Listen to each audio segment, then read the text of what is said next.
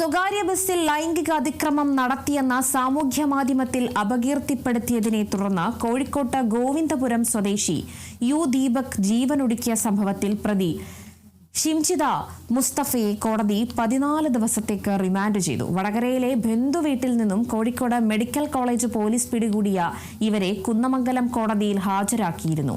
കോടതി റിമാൻഡ് ചെയ്തതോടെ ഷിംജിതയെ മഞ്ചേരി ജയിലിലേക്ക് മാറ്റി. കോഴിക്കോട് ഗോവിന്ദപുരം സ്വദേശി യു ദീപക് ജീവനൊടുക്കിയ കേസിലാണ് പ്രതിയും വടകര സ്വദേശിയുമായ ഷിംജിത മുസ്തഫയെ കുന്നമംഗലം 1-ാം ക്ലാസ് ജുഡീഷ്യൽ മജിസ്ട്രേറ്റ് കോടതി 14 ദിവസത്തേക്ക് റിമാൻഡ് ചെയ്തത്. ഇവരെ മഞ്ചേരി ജയിലിലാണ് അടച്ചിരിക്കുന്നത്. സംഭവത്തിന് പിന്നാലെ ഒളിവിൽ പോയ ഷിംജിതയെ വടകരയിലെ ബന്ധുവീട്ടിൽ നിന്നാണ് ഇന്നുച്ചയോടെ കോഴിക്കോട് മെഡിക്കൽ കോളേജ് പോലീസ് പിടികൂടിയത്. പിന്നാലെ ഇവരെ കൊയിലാണ്ടിയിലെ ആശുപത്രിയിലെത്തിച്ച് വൈദ്യപരിശോധനയ്ക്ക് വിധേയയാക്കി. തുടർന്നാണ് ഇവരുടെ അറസ്റ്റ് രേഖപ്പെടുത്തിയത്.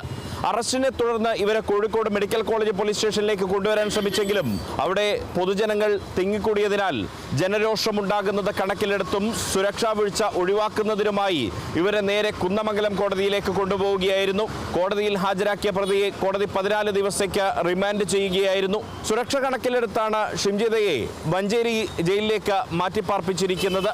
ഇക്കഴിഞ്ഞ വെള്ളിയാഴ്ചയാണ് സംഭവങ്ങളുടെ തുടക്കം. പയ്യന്നൂരിലേക്കുള്ള യാത്രാമധ്യേയാണ് തന്നെ ലൈംഗികാതിക്രമം നടത്തിയെന്നാരോപിച്ച് ഷിംജിത ദീപകിന്റെ വീഡിയോ സമൂഹ മാധ്യമത്തിൽ പോസ്റ്റ് ചെയ്തത്. ഇതേ തുടർന്ന് അപകീർത്തി ഉണ്ടായതിന്റെ അടിസ്ഥാനത്തിൽ ദീപക് ഈ ഞായറാഴ്ച ജീവനൊടുക്കുകയായിരുന്നു. ഞായറാഴ്ച ജീവനൊടുക്കിയതിന് പിന്നാലെ തന്നെ യുവതിയുടെ മൊഴി പോലീസ് രേഖപ്പെടുത്തിയിരുന്നു. എന്നാൽ ആത്മഹത്യാ പ്രേരണയ്ക്ക് കേസെടുത്തതിന് പിന്നാലെ ഷിംജിത ഒളിവിൽ പോവുകയായിരുന്നു.